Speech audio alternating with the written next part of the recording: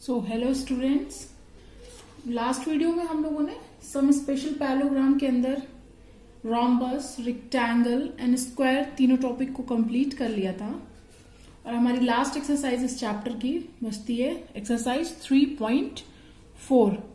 आज हम लोग इसे स्टार्ट करते हैं। ओके, अगर आप लोगों ने जैसा कि मैंने वीडियोस में पढ़ाया है रोम्बस, रेक्टेंगल और स्क्वायर को अच्छे से समझ लिया है तो आपके लिए ये एक्सरसाइज बहुत ही इजी होने वाली है, बिकॉज ये पूरी की पूरी एक्सरसाइज थ्योरेटिकल बेस्ड है, आपकी कॉन्सेप्ट बेस्ड है।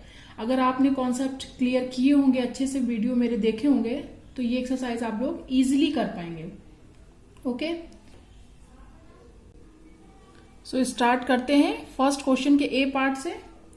ये इस क्वेश्चन में ट्रू और फॉल्स बताना है, बट ट्रू और फॉल्स बताने के लिए आपके कॉन्सेप्ट क्लियर होने बहुत जरूरी है, तभी आप इनको कर पाएंगे। अदरवाइज क्वेश्चन इजी तो है ट्रू और फॉल्स, बट आप रट के इसका आंसर कभी नहीं दे सकते हैं जब तक आपके कॉन्सेप्ट क्लियर नहीं होंगे। तो फर्स्ट ए पार्ट लेते हैं हम। All rectangles are squares. इसमें पूछा है कि सारे रेक्टेंगल्स जो हैं वो स्क्वायर्स भी होंगे, मतलब कि रेक्टेंगल्स के अंदर स्क्वायर की सारी प्रॉपर्टी होनी चाहिए, तब ये क्वेश्चन हमारा ट्रू होगा। ठीक है, तो हम लोग देखते हैं कि क्या रेक्टेंगल के अंदर स्क्वायर्स की सारी प्रॉपर्टी होती हैं। तो जैसा कि हम लोगों ने प्रीवियस वीडियो में पढ़ लिया है सब कुछ, मैं आपको बताते जाती हूँ। ठीक है, कि squares have all sides equal। Square में क्या होता है, सारी साइड्स इक्वल होती हैं। तो हम लोग लिखते हैं in square all sides are equal. होता है स्क्वायर में ऑल साइड्स इक्वल होती हैं, बट रेक्टेंगल में क्या होता है, सिर्फ अपोजिट साइड्स इक्वल होती हैं, ऑल साइड्स इक्वल नहीं होती हैं। Okay, opposite sides are equal. So हम इससे भी, इस लाइन से भी सिर्फ इस स्टेटमेंट को गलत कह सकते हैं, बट हम लोग एक और प्रॉपर्टी देख लेते हैं जो स्क्वायर की रेक्टेंगल में नहीं होती है, कि स्क्वायर में in square the diagonals are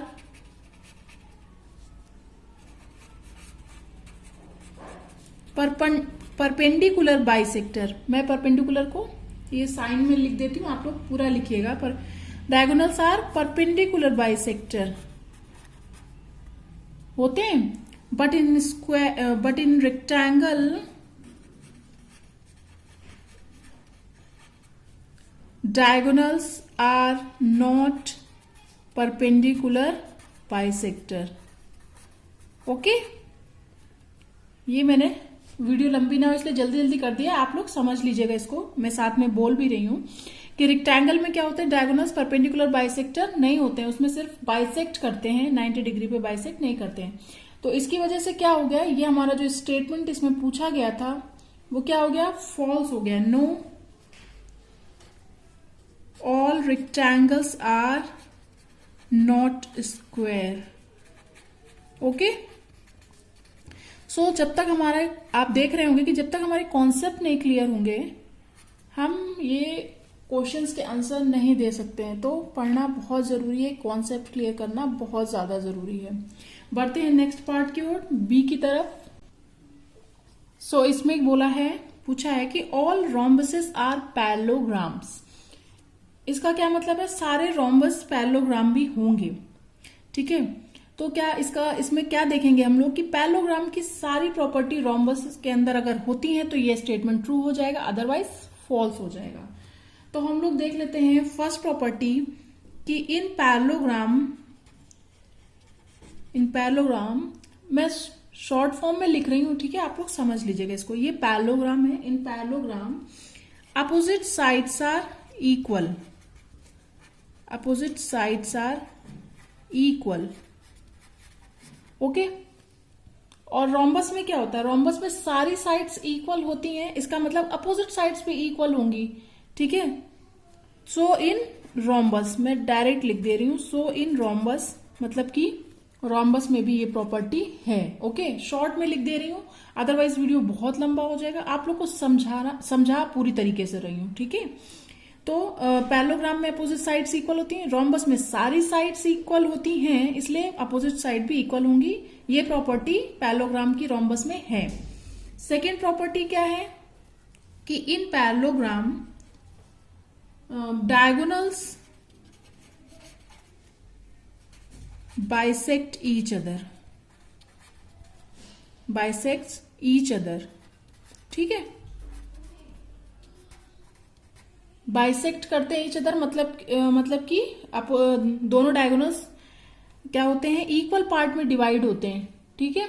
so in rhombus, rhombus में भी होता है, जबकि रोम्बस में क्या होता है कि वो परपेंडिकुलर बाइसेक्टर होते हैं, बट उसके साथ क्या है, वो तो एडिशनल प्रॉपर्टी हो गई कि 90 डिग्री पे बाइसेक्ट कर रहे हैं, बट बाइसेक्ट भी तो करते हैं इस अदर को, ठीक है। सो ये प्रॉपर्टी भी रोम्बस की, इसमें पैरेललोग्राम की रोम्बस में है। सो ये स्टेटमेंट क्या हो जाता है, हमारा ट्रू हो जाएगा, ठीक है, कि यस ट्रू हो जाएगा ये स्टेटमेंट कि all rhombuses are parallelogram. Okay, मुझे लगता है आप लोगों को समझ में आ रहा होगा, मैं काफी समझाने की कोशिश कर रही हूं। सो स्टार्ट करते हैं सी पार्ट को। इसमें बोला है all squares are rhombuses and also rectangles, मतलब कि सारे स्क्वायर जो हैं वो रेक्टेंगल्स भी होंगे और रोम्बस भी होंगे। मींस इनकी प्रॉपर्टी को ये बियर करेगा, रोम्बस की भी और रेक्टेंगल की भी। ओके, तो इसको भी देख लेते हैं कि रोम्बस की, पहले देख लेते हैं रोम्बस की कि सारे जो स्क्वायर्स हैं वो रोम्बस होंगे कि नहीं। तो स्टार्ट करते हैं रोम्बस से कि रोम्बस क्या होते हैं। In rhombus all sides are equal,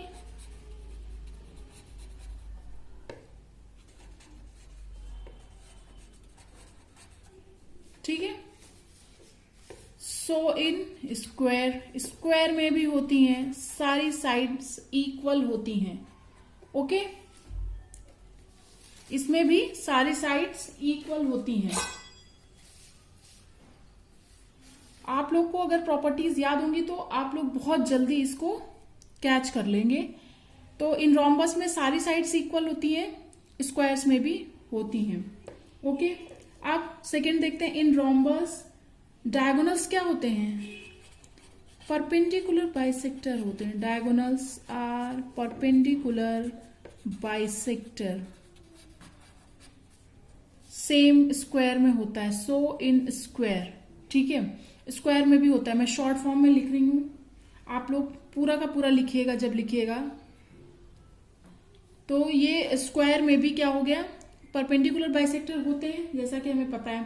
अब रेक्टेंगल्स में देख लेते हैं, तो सारे जो स्क्वायर्स हैं वो रोम्बस तो होंगे। अब रेक्टेंगल देख लेते हैं क्या होता है। In rectangle opposite sides are equal, opposite sides are equal, opposite sides equal होती हैं। इसमें सारी साइड्स इक्वल तो होती नहीं है, बट स्क्वायर में सारी साइड्स इक्वल होती हैं। तो इसका क्या मतलब है, इस क्या कहते हैं, अपोजिट साइड्स भी इक्वल होंगी। जब सारी साइड्स इक्वल है तो अपोजिट साइड्स भी इक्वल होंगी। तो इसकी वजह से क्या है, ये प्रॉपर्टी तो इसके अंदर हो गई रेक्टेंगल की, ठीक है। अब सेकेंड देखते हैं। In rectangle diagonals are of equal length, diagonals are of equal length, मतलब कि रेक्टेंगल में डायगोनल्स की जो लेंथ होती है वो इक्वल होती है, प्लस क्या कि ये क्या होते हैं, बाइसेक्टर भी होते हैं। डायगोनल्स आर बाइसेक्टर ऑल्सो, या फिर हम लिख सकते हैं डायगोनल्स बाइसेक्ट ईच अदर, मतलब कि इक्वल पार्ट में डिवाइड करते हैं। तो ये दोनों ही प्रॉपर्टी स्क्वायर में भी होती हैं, क्योंकि स्क्वायर्स के भी डायगोनल्स क्या होते हैं, हमारे इक्वल लेंथ के होते हैं और उसमें भी डायगोनल्स बाइसेक्ट करते हैं। ये एडिशनल प्रॉपर्टी है कि उसके परपेंडिकुलर बाइसेक्टर भी होते हैं स्क्वायर के, बट ये प्रॉपर्टी तो होती है उसके अंदर। इसलिए और एक और चीज रह जाती है रेक्टेंगल की, कि in rectangle all angles are of 90 degree, जैसा कि हमको पता ही है। और स्क्वायर में भी क्या होते हैं, 90 डिग्री के ही सारे एंगल्स होते हैं। इंटीरियर एंगल जो चारों होते हैं वो क्या होते हैं, सब 90 डिग्री के रेक्टेंगल में भी होते हैं, स्क्वायर में भी होते हैं। तो हमने देखा कि रोम्बस और रेक्टेंगल दोनों की प्रॉपर्टीज स्क्वायर्स के अंदर होती हैं, इसलिए ये स्टेटमेंट भी हमारा ट्रू हो जाएगा कि all squares are rhombuses and also rectangles. ये हमारा स्टेटमेंट भी ट्रू हो गया है। सो डी पार्ट में देखते हैं क्या बोला है, all squares are not parallelograms. ठीक है, तो इसमें देखते हैं कि ये स्टेटमेंट क्या होगा, हमारा फॉल्स होगा। कैसे होगा बताती हूं अभी। कैसे होगा कि स्क्वायर्स पैरेललोग्राम नहीं होते हैं यहाँ पे, जबकि स्क्वायर जो होते हैं वो हमारे पैरेललोग्राम होते हैं, क्योंकि पैरेललोग्राम की प्रॉपर्टीज स्क्वायर्स के अंदर होती है। अपोजिट साइड्स इक्वल होते हैं, डायगोनल्स परपेंडिकुलर नहीं, बाइसेक्ट ईच अदर, दोनों के डायगोनल्स बाइसेक्ट करते हैं एक दूसरे को। सो ये स्टेटमेंट इसलिए हमारा फॉल्स हो जाता। अगर यहाँ होता ऑल स्क्वायर्स आर पैरेललोग्राम तो ये हमारा स्टेटमेंट ट्रू हो जाता, बट यहाँ पर जस्ट अपोजिट दिया हुआ है, इसलिए ये स्टेटमेंट फॉल्स हो जाएगा, क्योंकि ऑल स्क्वायर्स आर पैरेललोग्राम, ये पैरेललोग्राम होते हैं क्योंकि इनके अंदर पैरेललोग्राम की सारी प्रॉपर्टी होती हैं। और parallelogram as opposite sides are equal and parallel. Okay, ये इसकी प्रॉपर्टी स्क्वायर के अंदर होती है और डायगोनल्स भी बाइसेक्ट करते हैं ईच अदर, दोनों में ही, पैरेललोग्राम में भी स्क्वायर में भी, इसलिए ये स्टेटमेंट फॉल्स हो जाएगा। ओके, सो ई पार्ट में हम देखते हैं, इसमें बोला है ऑल काइट्स आर रोम्बस। तो ये तो हम डायरेक्ट बोल सकते हैं कि नहीं, काइट्स क्या है हमारे, रोम्बस नहीं होते हैं। ये स्टेटमेंट हमारा फॉल्स हो जाएगा, because a kite does not have all sides of same length।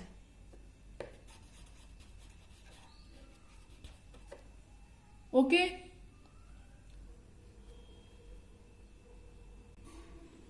जैसा कि हम जानते हैं कि रोम्बस में क्या होता है, सारी साइड्स हमारी इक्वल होती हैं, बट काइट्स में क्या होती हैं, एडजेसेंट साइड्स होती हैं, हमारी इक्वल होती हैं। तो रोम्बस की प्रॉपर्टी काइट के अंदर नहीं है, इसलिए ये स्टेटमेंट हमारा फॉल्स हो जाएगा। ओके, सो स्टार्ट करते हैं एफ। इसमें बोला गया है कि all rhombuses are kites, means rhombus के अंदर काइट्स की प्रॉपर्टी होती हैं। सो यस मीन्स ये ट्रू होगा स्टेटमेंट। क्यों होगा ये भी मैं बता देती हूं आपको, क्योंकि rhombus also has two distinct consecutive pairs of sides of equal length. ठीक है, काइट्स में क्या होती हैं, हमारी जो एडजेसेंट साइड्स होती हैं वो इक्वल होती हैं। ठीक है, और रोम्बस में क्या होती है, सारी साइड्स इक्वल होती हैं। तो उसमें हम क्या कर सकते हैं, ये भी बोल सकते हैं कि यस इसके पास भी two distinct pairs of sides होती हैं जो इक्वल लेंथ की होती हैं। तो क्या हो जाएगा, ये स्टेटमेंट इसलिए ट्रू हो जाएगा। तो इसको लिख लेते हैं, rhombus also has two distinct consecutive pairs of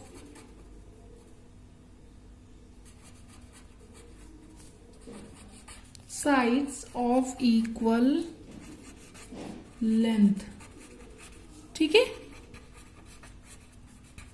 आप सबके जो मैंने पढ़ाया है प्रीवियस वीडियोस में, सबके डायग्राम्स और कॉन्सेप्ट एकदम माइंड में क्लियर रखिए, और डायग्राम्स को तो खास करके एकदम क्लियर रखिए दिमाग में, कि आपके मन में एक इमेज बन जाए उस फिगर का नाम लेते ही, तो आपको ऑटोमेटिकली सारी ही प्रॉपर्टीज एकदम याद आ जाएंगी और आप लोग उसमें डिफरेंस कर पाएंगे, और जैसा भी क्वेश्चन अगर कॉन्सेप्चुअल पूछे जाएंगे आपसे तो उनका आंसर बहुत इजीली दे पाएंगे। जी पार्ट में बोला है ऑल पैरेललोग्राम्स आर ट्रेपीजियम्स। क्या सारे पैरेललोग्राम ट्रेपीजियम भी होंगे? तो ट्रेपीजियम में क्या प्रॉपर्टी थी कि अपोजिट पैरेलल साइड जो होती थी ना, पैरेलल साइड्स होती थी अपोजिट दो, जो ये साइड ट्रेपीजियम का अगर आपको दिमाग में डायग्राम याद आ रहा होगा तो आपको याद आएगा कि उसकी अपोजिट साइड जो होती थी वो एक अपोजिट साइड जो होती थी वो पैरेलल होती थी। और अब पैरेललोग्राम में भी क्या होती है, opposite sides equal and parallel होती है। तो ये स्टेटमेंट भी हमारा ट्रू होगा, क्योंकि all parallelograms have a pair of parallel sides.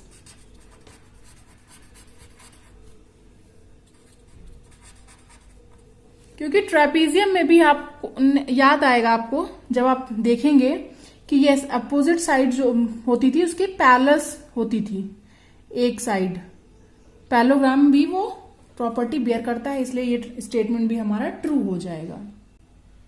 H part देखते हैं हम लोग। इसमें बोला है ऑल स्क्वायर्स आर ट्रेपीजियम, कि सारे स्क्वायर्स क्या है, ट्रेपीजियम्स होंगे। तो हम लोग देखेंगे कि ट्रेपीजियम की प्रॉपर्टी स्क्वायर में होती है, तो यस होती है। कौन सी प्रॉपर्टी होती है? क्योंकि all squares have a pair of parallel side. अभी जैसे कि प्रीवियस जस्ट जी पार्ट में मैंने बताया था कि ट्रेपीजियम में पैरेलल साइड्स होती हैं, पेयर ऑफ पैरेलल साइड्स। तो स्क्वायर में क्या है, ऑल साइड्स ही इक्वल होती हैं, तो क्या हो जाएंगी वो पैरेलल भी होती हैं, पैरेलल भी होती हैं, इक्वल होती हैं, ठीक है। तो इसमें भी क्या हो जाएंगी, पेयर ऑफ पैरेलल साइड्स हो जाएंगे, इसलिए ये ऑल स्क्वायर्स भी क्या होंगे, ट्रेपीजियम होंगे। तो यहां पे लिख देते हैं all squares have a pair of parallel sides, इसलिए ये ट्रेपीजियम होंगे। ओके, सो स्टार्ट करते हैं अब सेकेंड क्वेश्चन। इसमें बोला है identify all the quadrilaterals that have 4 sides of equal length. तो जितनी भी हम लोगों ने यहाँ पे क्वाड्रिलेटर पढ़े, अभी लेटेस्ट क्या पढ़े, रोम्बस, स्क्वायर, रेक्टेंगल, ठीक है। उससे पहले ट्रेपीजियम, पैरेललोग्राम, ये सब पढ़े। तो किसमें 4 साइड्स होती हैं, जो सारी की सारी इक्वल लेंथ की होती हैं। तो ऐसे सिर्फ और सिर्फ 2 ही क्वाड्रिलेटरल्स हैं, अगर आपको याद होगा तो वो क्या है, रोम्बस एक हमने पढ़ा जिसमें सारी साइड्स इक्वल होती हैं, और सेकंड होता है स्क्वायर जिसमें सारी साइड्स इक्वल होती हैं। तो ये 2 ऐसे क्वाड्रिलेटरल हैं जिसमें 4 साइड्स इक्वल होती हैं। अब बी पार्ट में बोला है कि identify all the quadrilateral that have 4 right angles. चारों के चारों जो उसके एंगल हो वो क्या हो, इक्वल हो, सॉरी राइट एंगल हो।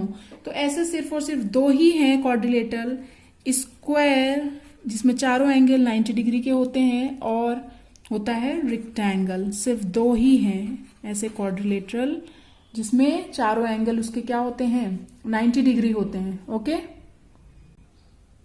स्टार्ट करते हैं थर्ड क्वेश्चन। इसमें बोला है एक्सप्लेन हाउ स्क्वायर, स्क्वायर के बारे में ही 4 चीजें प्रूव करने को 4 पार्ट में बोला है, जिसमें से फर्स्ट पार्ट है how square is a quadrilateral. तो क्वाड्रिलेटर की क्या होनी चाहिए प्रॉपर्टी, कि उसके 4 साइड्स होते हैं क्वाड्रिलेटर के। क्वाड्र मतलब ही 4 होता है। तो यस, कैसे स्क्वायर क्वाड्रिलेटरल होगा, because a square is a quadrilateral since it has 4 sides। Square के पास भी 4 साइड्स होती हैं, सो ये क्वाड्रिलेटरल होगा। ओके, सेकेंड पार्ट में है कि how a square a parallelogram. A square is a parallelogram. Square के अंदर कौन सी प्रॉपर्टी होती है पैरेललोग्राम की? Since its opposite sides are parallel to each other and also equal. Parallelogram में क्या होती हैं? अपोजिट साइड्स इक्वल होती हैं और क्या होती हैं? पैरेलल भी होती हैं। ठीक है, तो वही चीज स्क्वायर के पास है, क्योंकि इसमें सारी साइड्स इक्वल होती हैं और इक्वल होती हैं इसलिए पैरेलल भी होती हैं।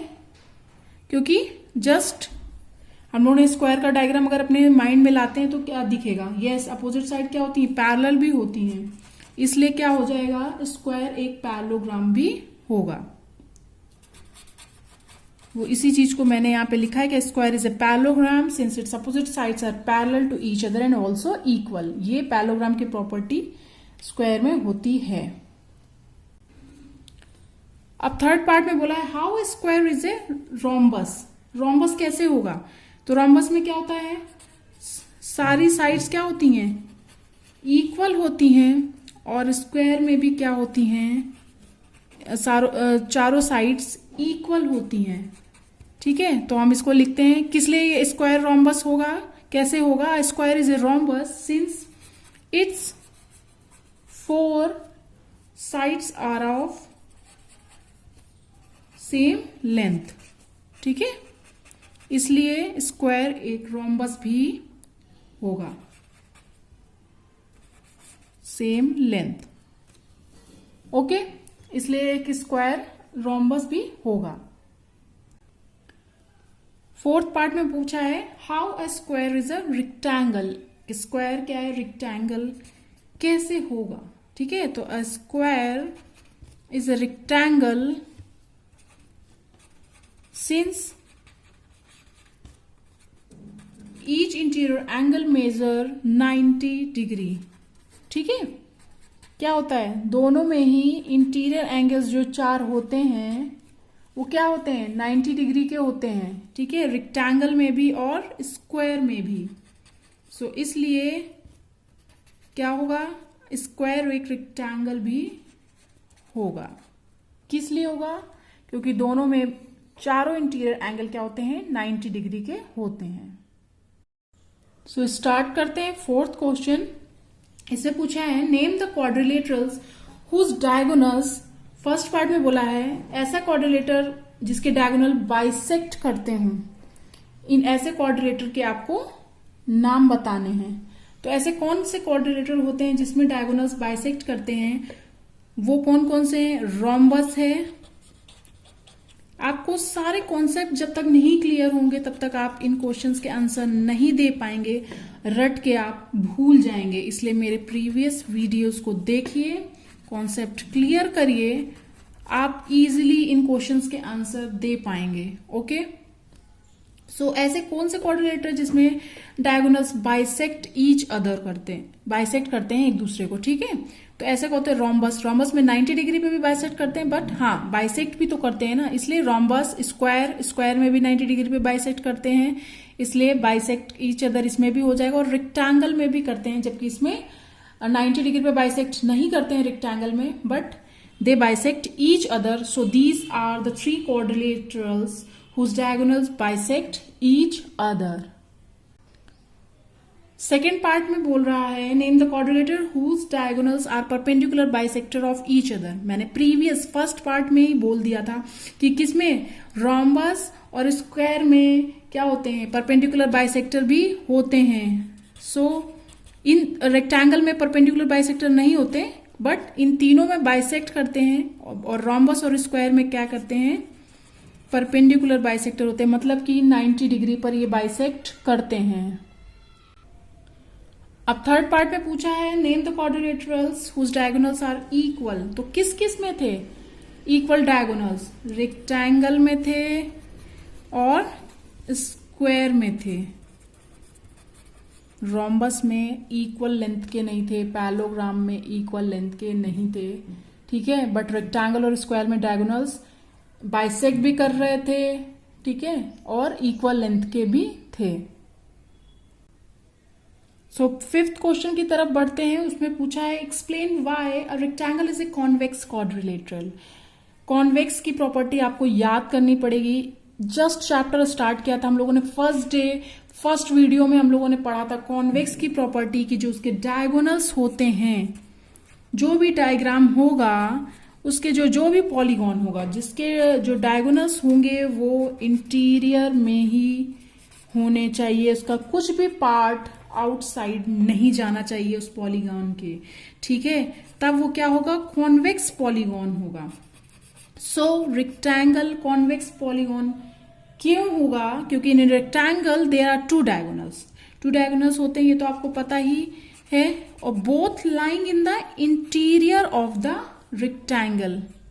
कहां पे लाई करते हैं, इंटीरियर में ही रहते हैं, interior of the rectangle, okay, वो अंदर ही रहते हैं, बाहर नहीं जाते हैं, इसलिए ये कॉन्वेक्स, उनका कुछ भी पार्ट बाहर की तरफ नहीं होता है, इसलिए क्या हो जाएगा, कॉन्वेक्स क्वाड्रिलेटरल होगा रेक्टेंगल।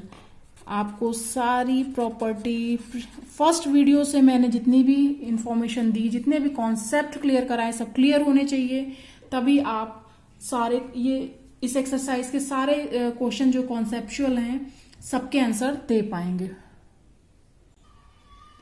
सो 6 क्वेश्चन करते हैं। इसमें बोला है कि ABC is a right angle triangle and O is the mid point of the side opposite to the right angle.